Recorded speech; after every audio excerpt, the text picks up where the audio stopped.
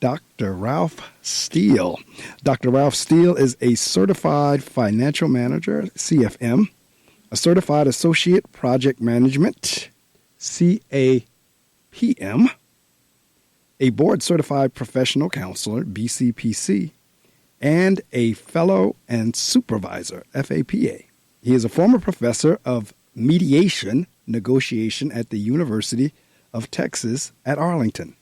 He is a private pilot with a BA, a master's, and a doctorate from Oxford University.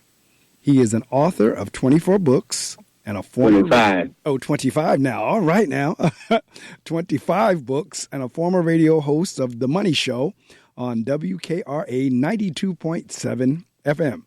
He is the CEO and owner of Wealth Financial LLC, a business that provides financial literacy and financial strategies for individuals and businesses for a lifetime and wealth legacy for generations.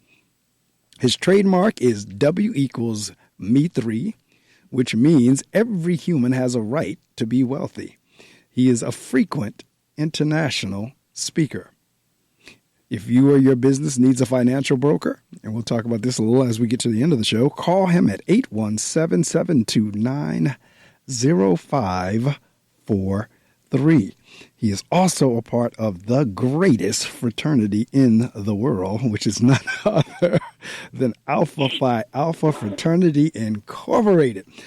So, Brother Dr. Ralph Steele, welcome to the Reading Circle microphones. Good morning. Welcome. Well, I thank you so much for joining me this morning. Generally, I do not work off a written question list. As a matter of fact, my questions generate from your responses, but I do have one that I do start the show off with, and that is kind of like, where did this all begin? I mean, is this where you are now is kind of like what you envisioned when you were a child? I mean, as you were going through elementary school, middle school, high school, college, so forth and so on. Is this kind of like what you wanted to do as a child, or is it something that came along as we went along? It came along as I went along, as I was discovering and things were being disclosed, and I was exploring as most people do, and being curious, and reading, writing, learning, and being mentored by different people. So it kind of came along like that. So in terms of like when I was reading the bio and it said 24 books, you corrected me and said 25. Did you intend to be an author? Because a lot of times you would not believe how many, and I've been doing this 25 years now, you would not believe how many times I have a guest on the show and they don't consider themselves an author, yet they've published books. So like kind of where did the whole, because the impetus of this show is to encourage people to read more. But usually reading and writing go together. So, did you intend to become an author? I didn't intend to become an author, but I had a African American, some people would say a black English teacher, and I ended up taking her class 3 times in the 7th grade, 8th grade, and then the last class I took from her was in the 11th grade, and she was very good. And what made it really interesting as an African-American English teacher, she was, excellent, but she also she had a heart of gold, and she cared. And the caring part was, even before then, I was always a reader. I used to read the editorial page, even when I was in the 1st, 2nd, and 3rd, and just even as I continued to go through the 7th, 8th, 9th, 10th, 11th, 12th grade, I would read the editorial pages. I would read the sports columns, and of course I would read. I was a good reader of the Bible. They would have me to read scripture in church because I was an excellent reader, and that's how I kind of ended up into reading and writing, because I always, even to this day, I love reading, I love writing. And see, you hit on some key points. And that's a matter of fact, that's what I'll tell you. That's where the show was developed 25 years ago, in terms of the station manager at that time was looking for someone to host a show about books. And the thinking was, as people listen to your various work and so forth, they will, at the end of the day, go out and buy the book, but not only go out and buy it, but to read it. But exactly what you said is over the years, as I've spoken to people, is what they said. They were avid readers and avid writers. Now, there's something else that you hit on for me that stuck out as an educator, because whenever I'm not here behind the microphones in the radio studio, I'm the principal of a school. And I've been a teacher as well. But you said something about that teacher. Not only was she excellent or he excellent academically, but they cared. Correct. For those in the listening audience who are teachers, principals, superintendents, assistant superintendents, whatever role you play in the educational field, what Dr. Steele said right there makes the difference with so many students, that they have someone who they feel care. It's about relationships. And I cannot tell you how many people either decided to go down one track or the other track based on a comment that was made by a teacher or a guidance counselor or what have you. As you know, Dr. Steele, back in the day, a lot of times for African Americans or for black people, we'd be told we're not college material. Correct. And so, but then you would have that one person that would say, you know what, I see something in you. I believe you write. You're a wonderful writer. Oh, you're a wonderful, like you said, they would call on you to read the scripture in church because they saw that you read well. Correct. Those are the things that propel us as we move toward adulthood and kind of help us with our decision. Because I'm looking at the various schools that you went to and being a pilot and so forth. So those are not things that are easy to come by. No, they're not. So what drove you? What was it? Because now we're going to get ultimately, as we work our way up to, is the whole thing. Because another thing that we're not necessarily known for is being in the financial world. So we're going to work our way toward that. But let's kind of like, what drove you? A lot of things drove me. I also used to read articles on certain, what you would call people who would give you inspiration and motivation. I read a lot of articles, even to this day.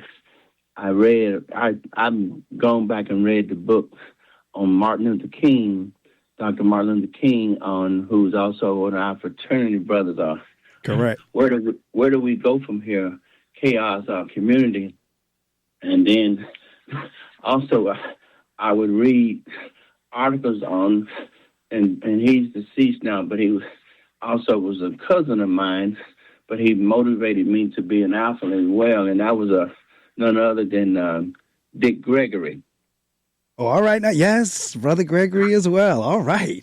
And so I would read articles on King, but then while Dick Gregory was living in person, Dr. King was deceased but a legend, but Dick Gregory at the time was living. He was a living legacy. So I would read articles on him, and of course he's my cousin, and he was just it was just motivating. And then the other thing, I would read articles on Harriet Tubman and on the lady she was not an AKA, but she was a Delta, and I ended up going to Africa with her and Dick Gregory, Dr. Dorothy Height. I don't know if you remember her. Oh, yeah, I actually had a chance to meet her. I met her, and Dick Gregory and Dorothy Height was my mentors, and I actually went to Africa on a trip with them and ended up doing a presentation, and that was in 1992, and that spurred me into economics along with going with, he's deceased now too, but you might remember this guy, Reverend Leon, what's his last name? Reverend Leon, gosh, I can't remember his last name right now. It'll come to you. But he was out of Philadelphia and ended up moving to Phoenix, Arizona. And so those kinds of people, of course, with my grandfather who lived to be 105 years old. All right now. And my father and mother inspired me to read, but also to write, along with my English teacher. Absolutely. Now, it's interesting because, matter of fact, it was at one of the Alpha conventions that was down in Washington, D.C., that I had the opportunity to meet Dorothy Height. We were one of the conventions, one of the national conventions that was down in D.C. I had the opportunity to meet her, and that was years ago. And now you're talking about Dick Gregory. Right, not long before Dick Gregory passed, I was in touch with him. He was supposed to appear on this show as well. And it was not long before he passed that we had started emailing each other, going back and forth. And he was ill and what have you, and then ultimately passed away before we, could schedule the date. So I know exactly of who you speak. I had a very similar experience like that with Marion Barry as well, another brother of Alpha. It was right at the time I was about to get him scheduled on the show, and it wasn't long after where he passed away as well. So I know exactly what you speak. And it's interesting as I hear in terms of your inspiration. Because, again, working with people, working with children, we're constantly encouraging them to get a mentor. To if you can't get them live and read about them. Again, it's just, to me, there's no such thing as a coincidence. But lately, I have been doing exactly the same thing. I've always done it, but for some reason over the last few weeks, I've really been reading. I've been reading about John F. Kennedy. I just opened up a book this morning about Jeff Bezos. I'm always reading about Malcolm X and Martin Luther King and Adam Clayton Powell. I'm always reading about them. So you're absolutely right in terms of, okay, you know what, because for me, I'm always trying to figure out, how do these people think? How did they get to where they are? What did they need to do? All right. You've written 25 books. Are they all in the financial area, or are they different genres or what have you? The majority of my books are in the financial world, but I've written a book on domestic violence. I've written a book on healing. I've written a book on, believe it or not, I even wrote a book on Donald Trump recently. And I can believe that. Some people will criticize that, but they don't understand. We live in a big world, and you got to look at the bigger picture. A lot of times we have to look at the bigger picture. You just can't. You can't necessarily isolate yourself from the real world. So I've written a book on him, and when people read it and they understand why I read it, then they pull back on all the other stuff that we don't need anyway. So I've written a book on that, and then but George, and then I wrote a book which is on design thinking, which helps people to think, and it's a really, really good book. Took me about three years to write it, but it was an excellent book, though. I can believe it, because see, you're hitting on an outstanding point, and that is I had a conversation with my students the other day. I asked them the question, like, why do you think you have to come to school? What do you think school is about? What is our purpose, this, that, and the other? So they gave me all kinds of answers, and I said, all right, some of that is correct, but like you just said about the bigger picture, going to school for the most part is not necessarily about just the curricula or the curriculum. What I was telling the student was, the reason you come to school is our job is try to help you critically think. Correct. Woo. Dr. Medley, you just said a mouthful. But this critical thinking piece, you deal with people. It is something how, and it's what's his name? Smith, Robert Smith, William Smith, the billionaire. I know he's talking about Robert Smith. Is it Robert Smith? Okay. Robert Smith. When he talked, I had an opportunity to hear him speak one day, and what he said, the greatest thing we could do for children is to give them figure-out ability. How to figure things out. That goes back directly to what we were just talking about, that critical thinking piece. Yeah. Because we come up so much, especially nowadays, the more and more technology advances, the more you have to kind of sit there and think things through before you hit any buttons. That's right. So you got to really kind of sit there and think, all right, process. And so that's what I was trying to share with the students. Like, our main goal, the curriculum is nice, teaching you all these things. Yes, by all means, we got to teach you 2 + 2 = 4. We got to teach you a verb and noun, yada, yada, yada. But at the big picture is, how do you critically think? And so, so I definitely, that book, you just talked about it, because I'm going to have to look at the list again. I saw where you had the books listed out. I'm going to have to go through the list again, and that one I will definitely get, because that thinking thing is big. It really is. And I still do some teaching right now. Kind of I serve on a dissertation committee with a person who is getting their dissertation, and even in the context of dissertation. In fact, I just helped one of the brothers who happened to be one of our fraternity brothers I was on his dissertation doctorate committee for him to get his doctorate degree in leadership, and the whole context of it is what you're saying is related to how I was helping him to think through the processes and system. I call it systematic thinking, design, or shall I say, the bigger picture of thinking is design thinking, because a lot of people don't realize design thinking encompasses all of the thought. It encompasses strategic, systematic, analytical, critical. It even encompasses common sense. Absolutely. Now, you've said a mouthful. Absolutely. It's just plain old, like, I cannot tell you how many times, even sometimes our adults will do something. I'll have to ask them, does that make sense to you?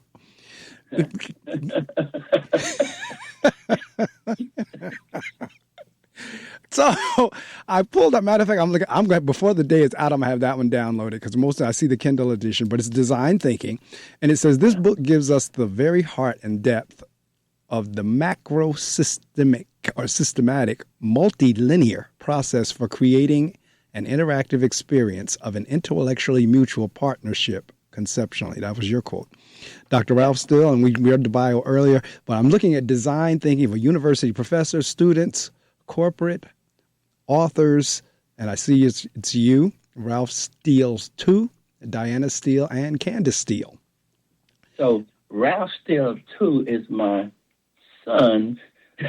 Diana Steele is Ralph Steele, too, wife. Candace Steele is my daughter. And so as I was writing the book, I had this thought to me, and it goes back to Dick Greger. He said, look, you are responsible. He always would say, because you're my cousin, I'm responsible for helping to empower you to think. And so it dawned on me, if I can, because I'm very close to my kids, and Dick was like that too. And so I implored to them, would y'all be interested? And I said, won't you think about it? So they thought about it, and I gave them about 60 days. I got back with them and said, I just can't put your name on the book, but you have to research and write something. And if you do, then you can be in co-author. And so they, all three of them, agreed to do it. I had to nudge them just a little bit, but they actually did it, and they did it well. And now the book has actually impacted. My son ended up getting into some research project as a result of the book.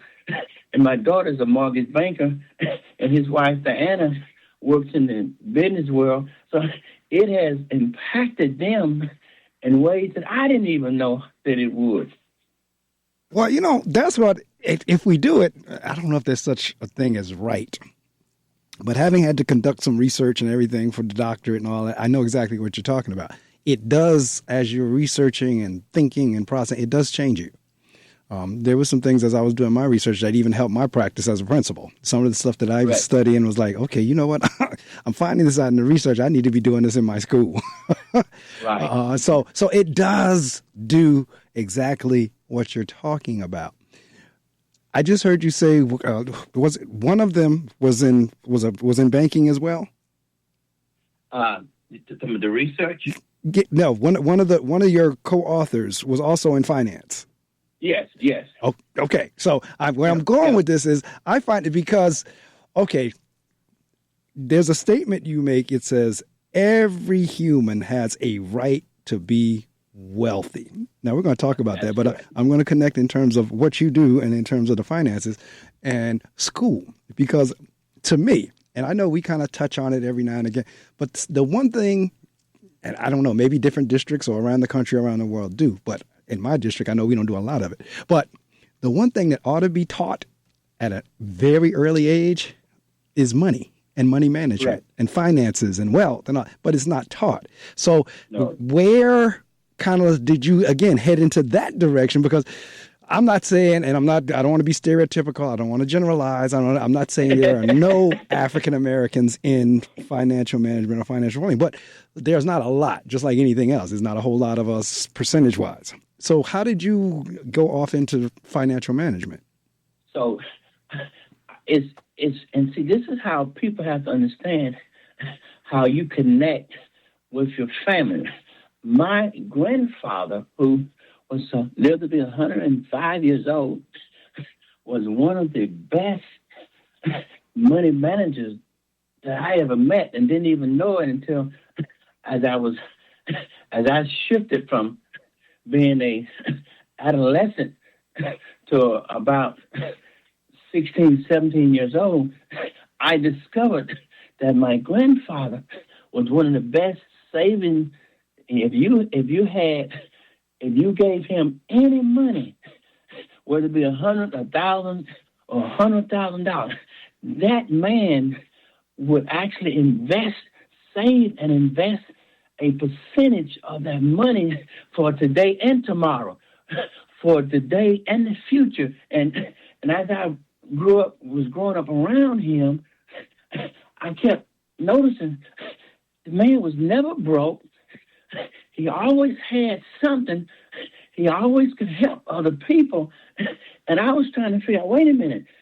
And finally, one day he came to, I have 4 investments. And then by the time I got to 20, one day he picked up a book called the Bible. And he ended up showing me, not only do I have 4 investments, I have 8 my grandfather died with 10 investments. But there's a scripture in the Old Testament, Ecclesiastes 11:2, that my grandfather pulled me to the side and said, grandson, I want you to read this here. Ecclesiastes 11th chapter, verse 2. And it said, not only should you invest in 7, but it said, 8, because you don't know that one day there might be some type of calamity or disaster. And if you have 8 investments, you will be taken care of. You will be protected. You won't be homeless. You won't be without transportation, food, shelter, clothes. And you will be a quality human being, quality man, quality woman, but even a quality child, because he inspired me to invest. And so I get that from him. And he used to say to me, grandson, everybody has a right to invest. And so I just tweaked it and say, wealth is a human right for every human being, because we're all just human beings. That's all it is. Everybody is a DNA. Now, I call it now, everybody is a financial DNA. You know what? Again, I can't. It's so, and I could probably include myself in the number as well. But there's so many of us who really don't know anything about finance, or either just, even if we do, we don't invest, as you just said.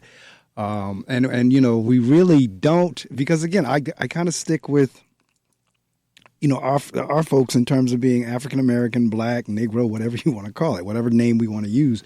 But in terms of historically, because of how everything has always played out in our history in the world, we never really had generational wealth to pass down to our children. Now, our Caucasian brothers and sisters, you know, because they got that 400, 500, 600, 700, however many year it was head start, and how they got it, they were always able to pass something along to the next generation, to their children. We didn't have the opportunity to do that. And so for us to now be able to, because that's what I think, we should be in position to be able to leave something to our children and they leave something to their children. But the only way that happens is what you're talking about. Yeah, you have to have, see, I look at the world through 2 lenses, and it's not a right or wrong lens, as you kind of alluded to earlier, but it's a design thinking process. I call it design financial thinking. In design financial thinking, you look at the world through micro systematic thinking and macro systematic thinking. The macro systematic thinking is you develop a financial strategy that includes you first, and then simultaneously includes if you're married, your wife or husband, but also your children and your grandchildren. Therefore, now you have W equal ME3. So now you have designed a macro system financial process that includes 3 generations, and that is part of our mission and purpose in life, is to empower our own children and our grandchildren. Yes. And I have a grandson that lives in Arizona. In fact, he just got a scholarship to a college in California, and I'm empowering him as well as my own children. And they're like, wow, I'm learning money because I'm learning it from my grandfather. That's W equal ME3. A minimum of 3 generations right there. Absolutely. Now, listening audience, I hope you've been with me since 6, but I definitely hope you've been with me since 7 as we're having this discussion with Dr. Ralph Steele. And we're talking finances. We're talking wealth. We're talking being able to pass along wealth. That's the point we were just making. But again, it's just, I can look back over my life and the money that I've made, because I've always, I always say I want to be a millionaire. But truth be told, I've been a millionaire 2 or 3 times over the lifetime of my work and everything I've been paid. It's just silly me not having put it away because this is the thing about money and finances. If you do it right, your money makes money. Correct. That's correct. If you do it correctly, you get enough in and let it do what it's supposed to do on your various investments and accounts. And at some point, you don't have to make the money. The money begins to make money on itself. Correct. That's where we want to be. That's where we have to get to. We have to get to the point wherein your money is doing the work. That is correct. And people don't understand a lot. And not to beat up on us, because that's not my issue, but we don't understand it, not because we're not wise enough. Right. It's because we didn't have what I call it the design model of financial investment. And so one of the things that I'm trying to do before I close my eyes is helping people, individuals and businesses and organizations to develop design thinking models. And so lately here, I've been, like I spoke at Grambling State University, helping them to shape the minds of young African-American college students so they can develop also those type of mindsets. But I don't just speak at black college. I speak at I've spoken at UCLA, different other universities, University of North Texas, and different major universities to help shape the mindset and design to help these young people and even some of the older people develop design financial models that's in their head so that now they can have change, and that every human being having a right to be wealthy will be birthed out of their thought, because it comes through thinking. It comes through thinking. It doesn't fall out of the sky like Chicken Little. I know that's right. And see, it's interesting. You used another key word, which is mindset. And you alluded to this a little bit earlier in terms of, you said it in a different way, but in the old way, it was pay yourself first. Correct. In terms of whatever money you get, the first thing you do is pay yourself. I mean, there's one that I've heard that, you're the first 10% in terms of your tithe, save 10 or 20% for yourself, and then do what you want to do with the rest of it. But somewhere in there, you have to, and that's where it is a mindset to put that, I am going to put X amount of my salary or wage or whatever you want to call it away.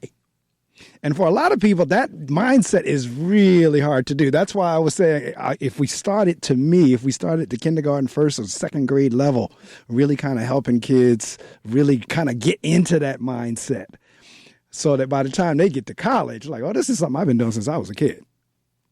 Correct. That is correct. So Yeah.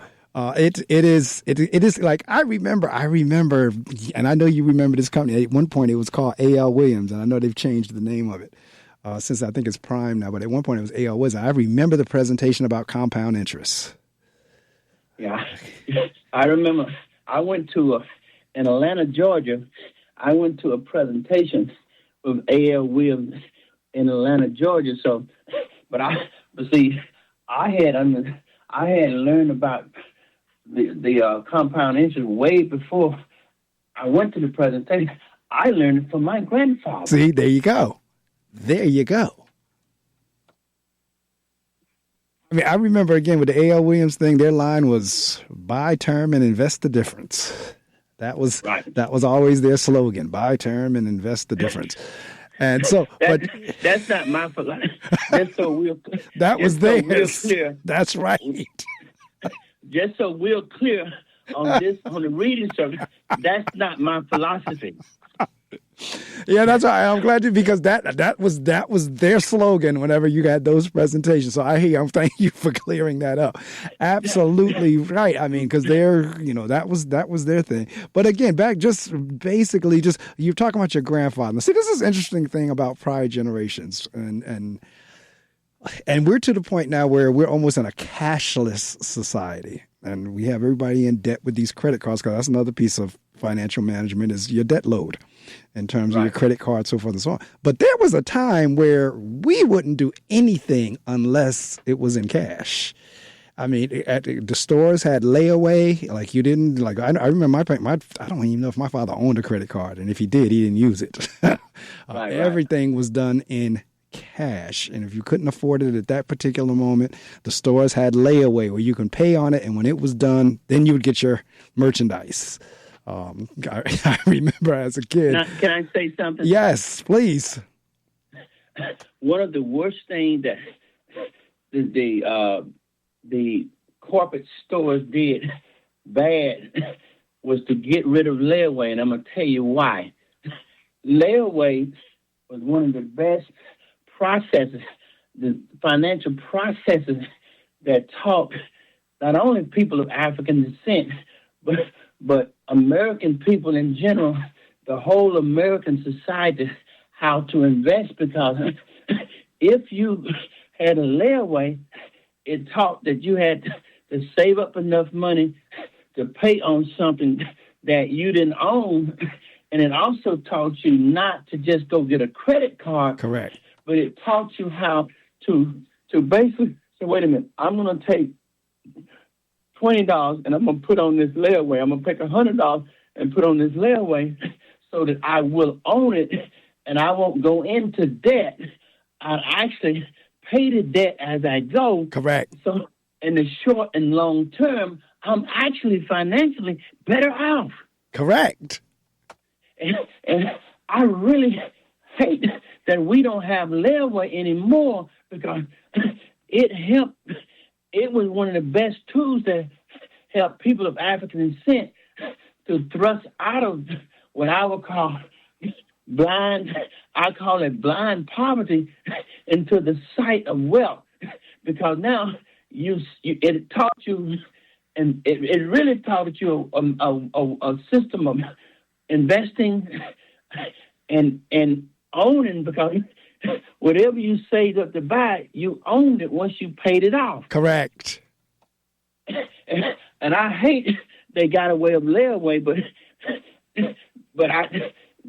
the credit card and debt replaced it. Layaway, which was bad news, not just for people of African descent, but for Caucasian as well. I agree. I totally agree. I remember, again, well, as a child, I remember my parents even buying some of my clothing on layaway, or, if it was toys or what have you, whatever it was, if they didn't have the money at that point, because they were not one that believed in going into a whole lot of debt.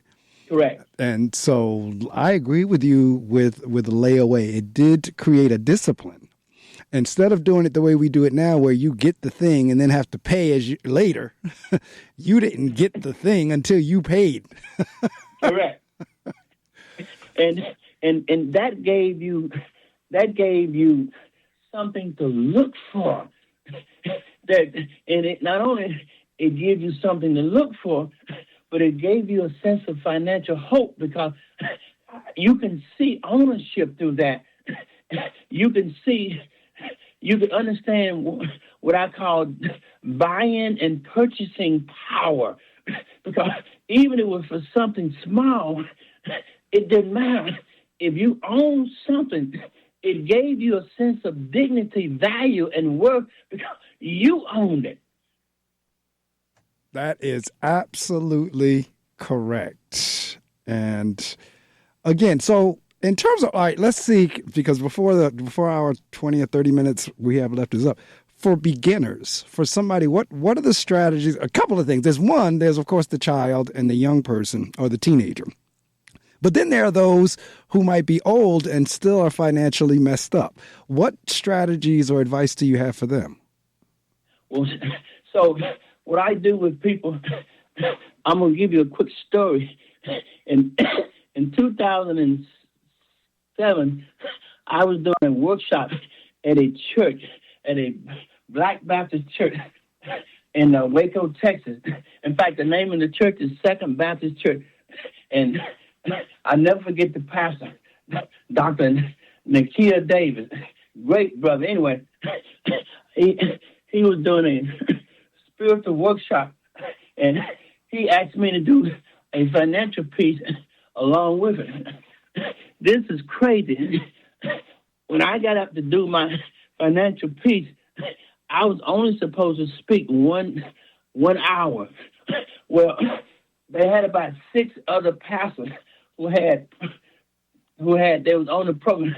When I got up to speak, it touched them so much. They went to the pastor and said, "We don't want to speak. We want Dr. Steele to take our time."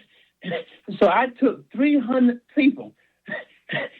I broke them up into 3 groups of 100. I did a introduction of wealth and developing strategies for people who had money, those who were young who didn't have money, and those, as you say, who were over in their 50s, 60s, and 70s, who didn't have no investment. I taught them a strategy. Well, even when you don't have something, but you got something. So I said, look, we're going to start small, and we're going to crescendo.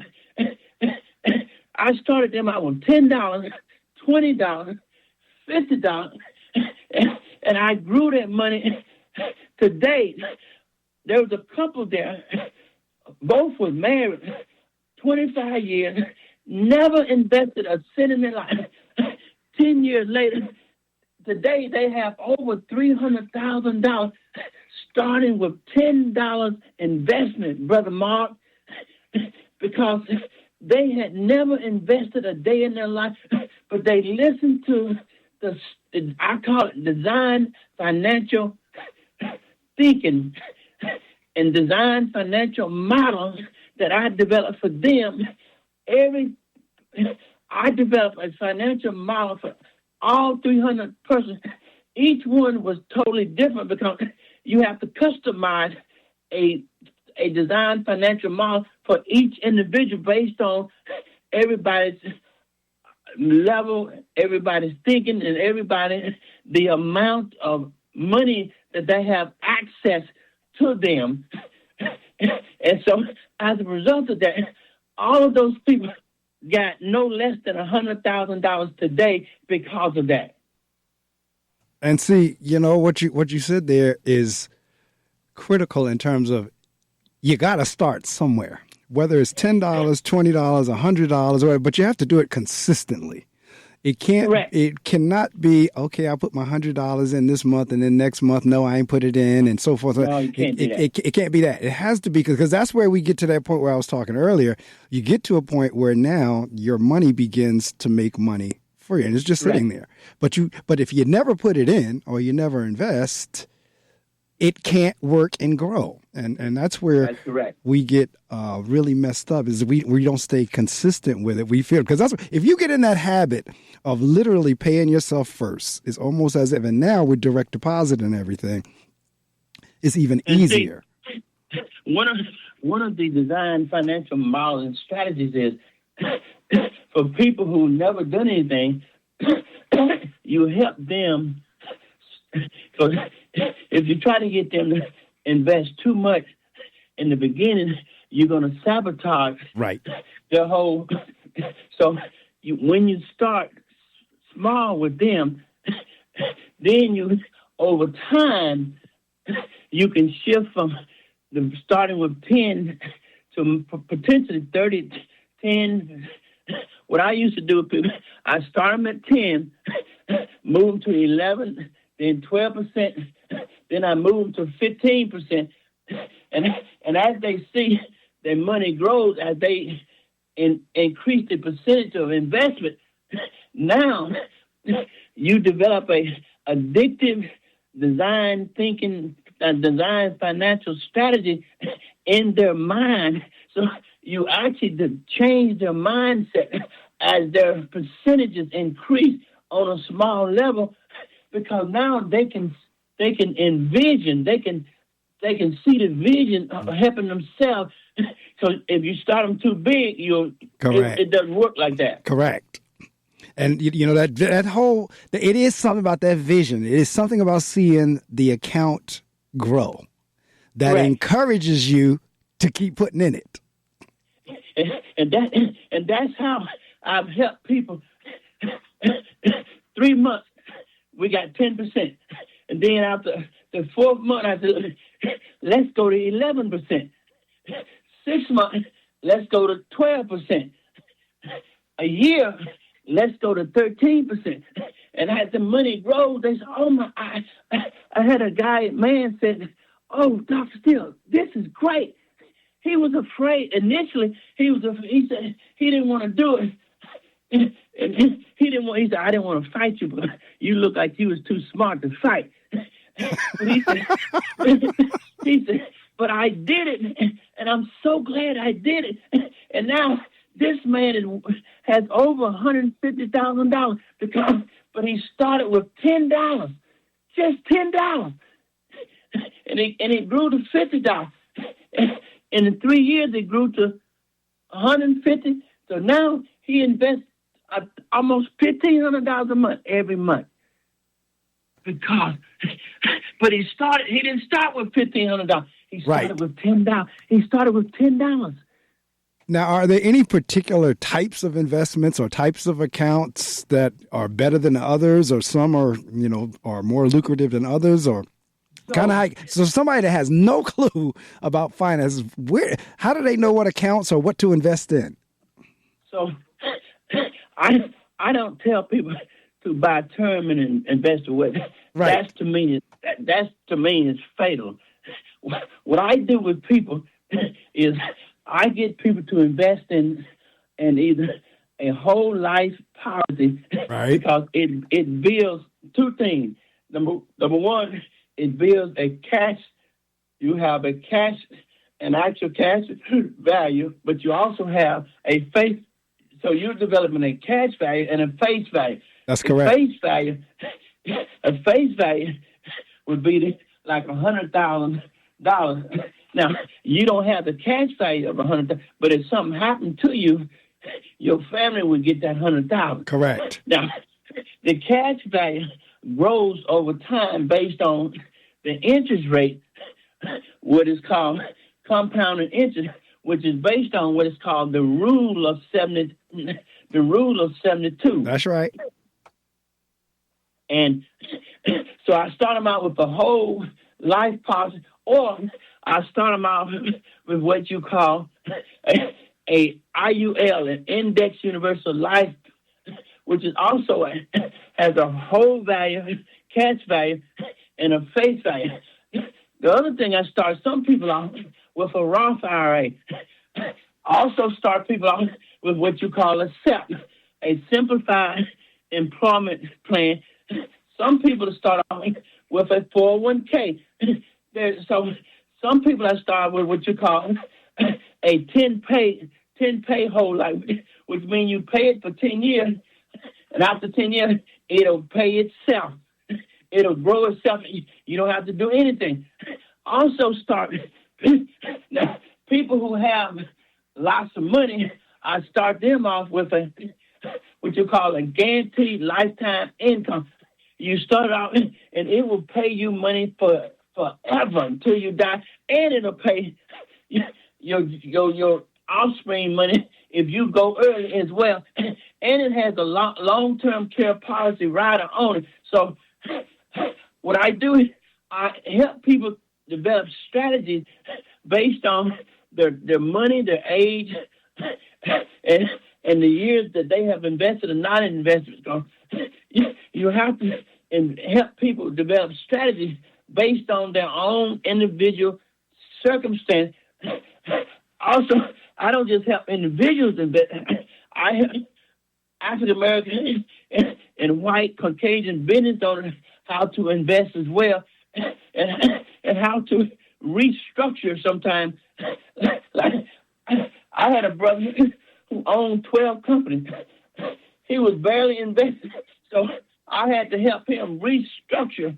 And I even helped some businesses. It don't matter. Even some of the white corporate Americans restructure their investment strategies for their business, corporate America, so it will make more money for them. And guess what, Dr. Medley? It helped one of the companies, I can't mention the name on the radio, but when I went in and helped corporate America restructure their investment strategy, guess what it did? It helped the company pay their employees more money. And so the owner of the company said, Dr. Steele, you're a genius because now I can pay my employees more money because I'm investing. I'm making more money for my company. I can pay my employees more money. And he's like, you're a genius for doing it. I said, that's why I want to help. Not this, see, people don't understand, Dr. Matt. One lady said, is it all about, I said, ma'am, this is not about being greedy. This is not about just money. This is about helping to empower the American people. When I say I'm talking about all American, black, white, Hispanic, that's gay, right. straight. This is about helping male, female, young people, older people, middle age, older. It don't matter. This is about helping individuals, but it's also about helping. Look, there's a man and a woman, a wife and a lady. They had a business. They were making money. I helped them invest their business money. Now they're worth over $500,000. This is about empowering people financially so that see, wealth, not only is it a human right, but wealth is more than just money. It's about quality of life. It's about being a great American or great human being, living a quality of life in order that you can experience. And look, I have one older couple invest now. They're traveling to Africa, Australia, England, South America, off of their wealth investment. So it's a quality of life. That's what wealth does for people. It's not about being greedy and all this crazy stuff. It's about being wealthy. Oh, absolutely. You said it earlier. Wealth is a mindset. It's an unlimited, amazing mindset that it also helps you. It can't make you, but it can make you happier. It can make you feel good about yourself as a man or woman. Because you know what? This is the thing, Dr. Steele. Like you said a couple of minutes ago, the money in and of itself, you're not making it for that. You're making the wealth or the money to have a particular lifestyle. It's Correct. it's the lifestyle that folks are going after. It's not the money. The money No, is it's just not the paper. money. Right. The money is just paper. But it's what tool. it is that the tool. What is it? How do I want to live? How do I want to be? Not to mention, I mean, you can help others. Whenever you have your wealth, you can help others. So I agree with you there. This is the thing going back to, when you start, because the younger you start, the less you need to start with. In other words, if you start at 15, that's one. If you start at 25, that's different. You start at 35, 45. As a matter of fact, in those 10-year gaps, you start at 15, 25, 35, 45, 55, 60. If you start at 65, you got to put a whole lot in. Correct. To get, the gain, in a few years, versus had you started at 15, you'd have been doing it all along the way, and it would have been there by the time you get 65. Because when you start older, you have to, you may not always be able to catch up. Right. But essentially, you playing catch up where you didn't start earlier. And one of my biggest strategies right now, I tell mother, father, and grandparents, even grandparents, take some of your money and invest in your grandchildren, which is what I've done. I got 2 grandkids. I've invested in my own 2 grandchildren. So 20 years from now, they're going to be well off. Absolutely. See, again, and I have some financial regrets. I don't have a whole lot of regrets, but there is a couple of financial regrets. And I'll tell you what, years ago, before I went into education, I was in corporate America. Right. And every year, that particular company, they had an award called Team Award. And however the company did, you got a piece of that. And so every year I would get at least $5,000 or more. So smart money would have said, you know what?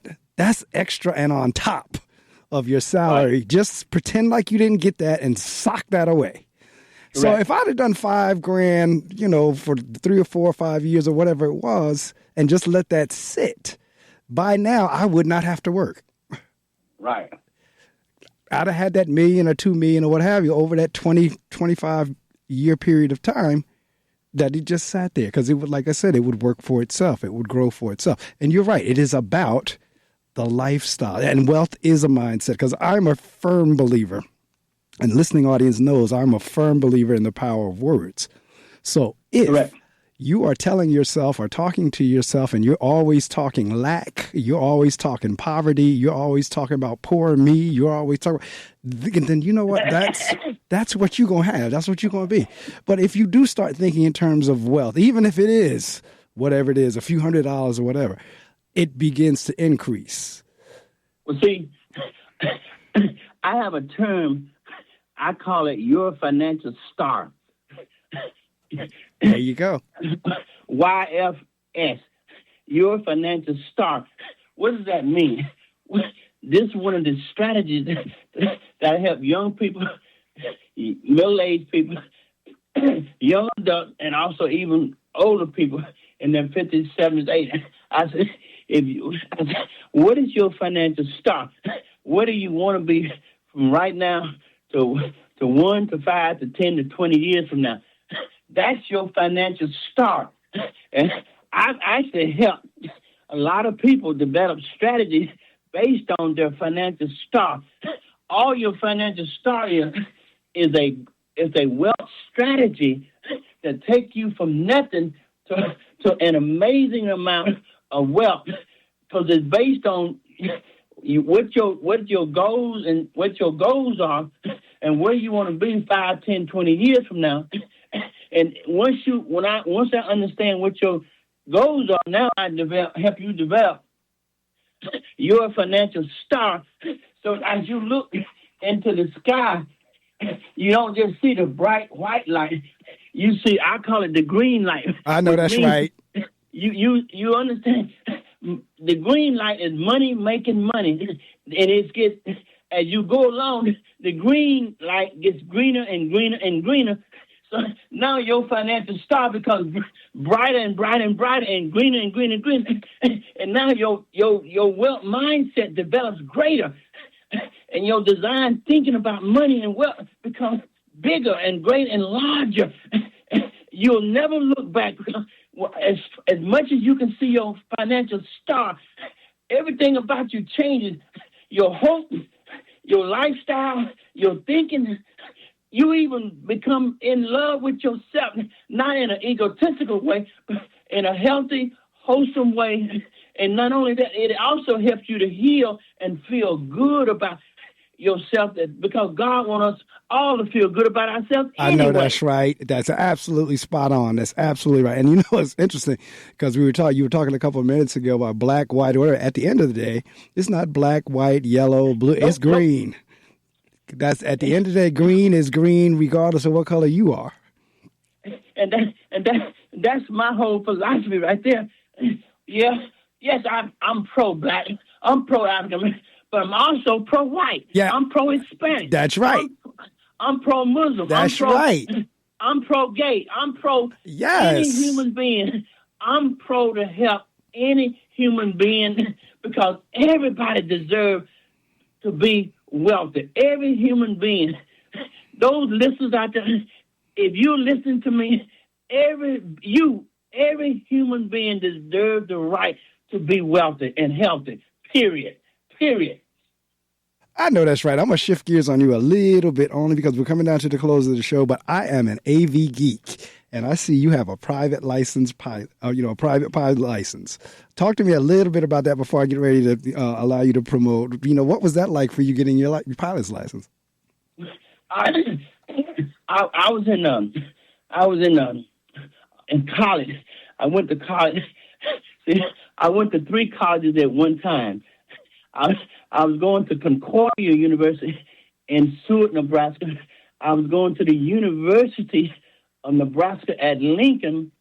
And then, as I was a member of the ROTC and reading and writing, and so I had to go somewhere one day, and one of my friends said, I'm going to class. I said, where you going? He said, I got to go to Lincoln, Nebraska, the class, and then I'm going to join the flying club. So, because I was a student at the University of Nebraska, we had the opportunity to join the University Flying Club. He said, you know what? You ought to join the flying club with me. And so I joined the flying club at the University of Nebraska Lincoln, and I couldn't fly. He said, but you can learn how to fly. You remember the flying club? And the flying club has a flight school. So while I was going to Concordia University and the University of Nebraska, I started at Lincoln Aviation Institute as a member of the flying club at the university, and I started taking flying lessons, and I learned how to fly. I mean, all kind of airplanes, the Lynx, the Cherokee, the Cessna, the Comanche, the Tiger, just all kind of airplanes, and eventually learned how to fly what you call the King Air, the Queen Air, also the Learjet. When I would fly, I'm up 10, 20,000 feet, looking down. I tell you, Dr. Medley, it gave me so much hope. And I said, God, thank you for giving me the opportunity to be up here with you. Not all the way, but a little bit of just being up there.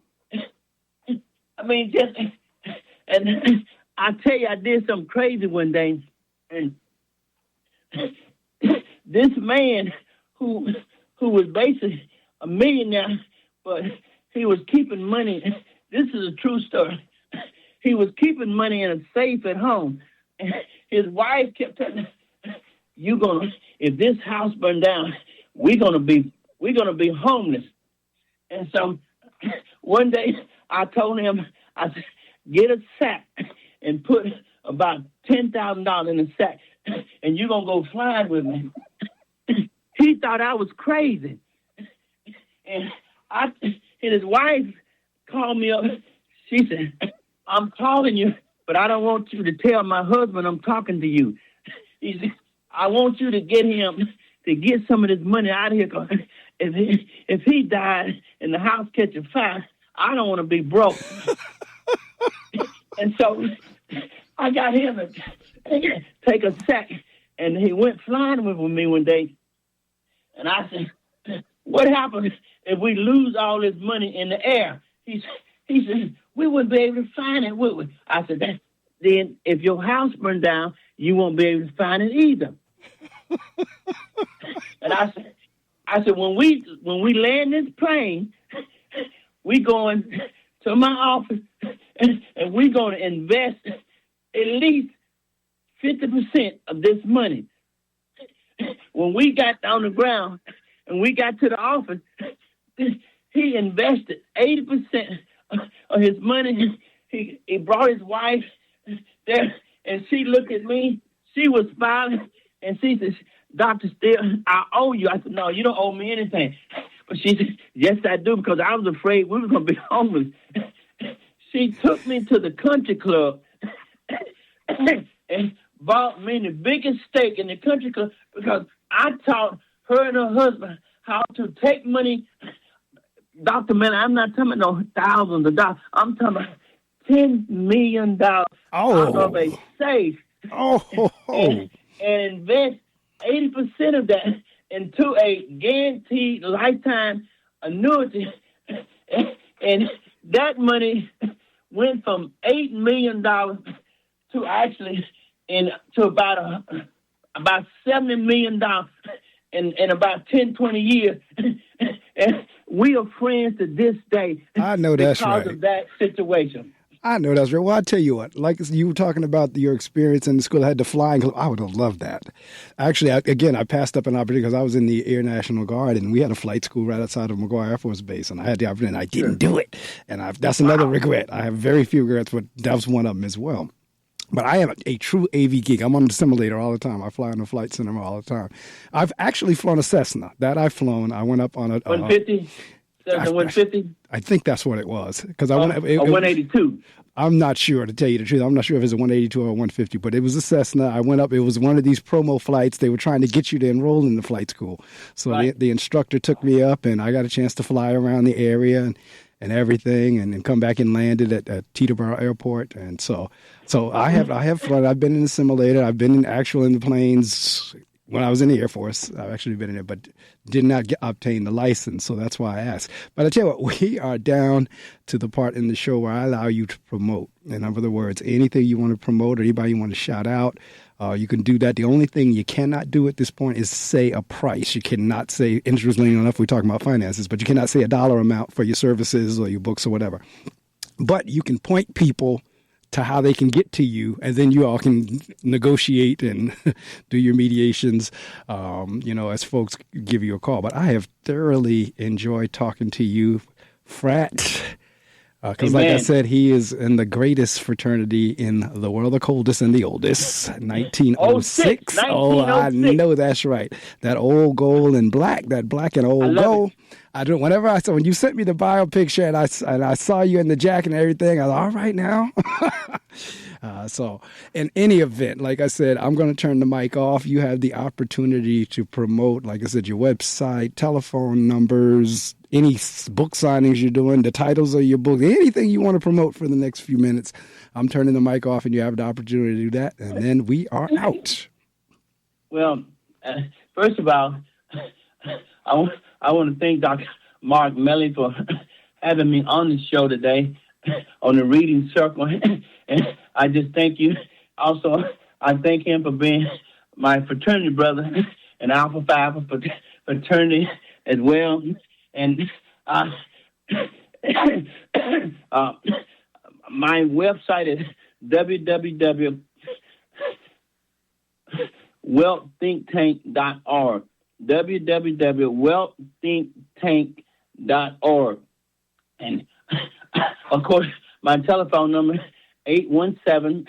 817-729-0543. Now, I have several different wealth books. And you can find them on Amazon.com. Most of them. You have how to acquire and keep wealth. Because it's one thing to make wealth. One of the biggest problems with people, A lot of people are made wealth through the years, but they don't have it because they didn't know how to keep it. So that's one thing is that I have another book called Financial Wealth, Financial Lifetime Wealth. And then I have a special book for wealth for millennials, wealth for youth. I have a special book, wealth for women. If you go on my website, you'll see them. Also, I have a special book, Dr. Marc, for financial strategies for professional athletes. I know that's right. That's a whole nother discussion. And I'll keep you here another hour or two just talking about that. But yeah, keep going. And then now my latest book that's coming out, book 25, is Equity, Finance, and Legacy. That book can help anybody on any level develop a designed financial wealth strategy, even if you don't have any money, even if you are already a millionaire. It can help anybody develop a greater, larger lifetime wealth strategy that you will never, ever have to worry about any money or nothing, because that's what it does.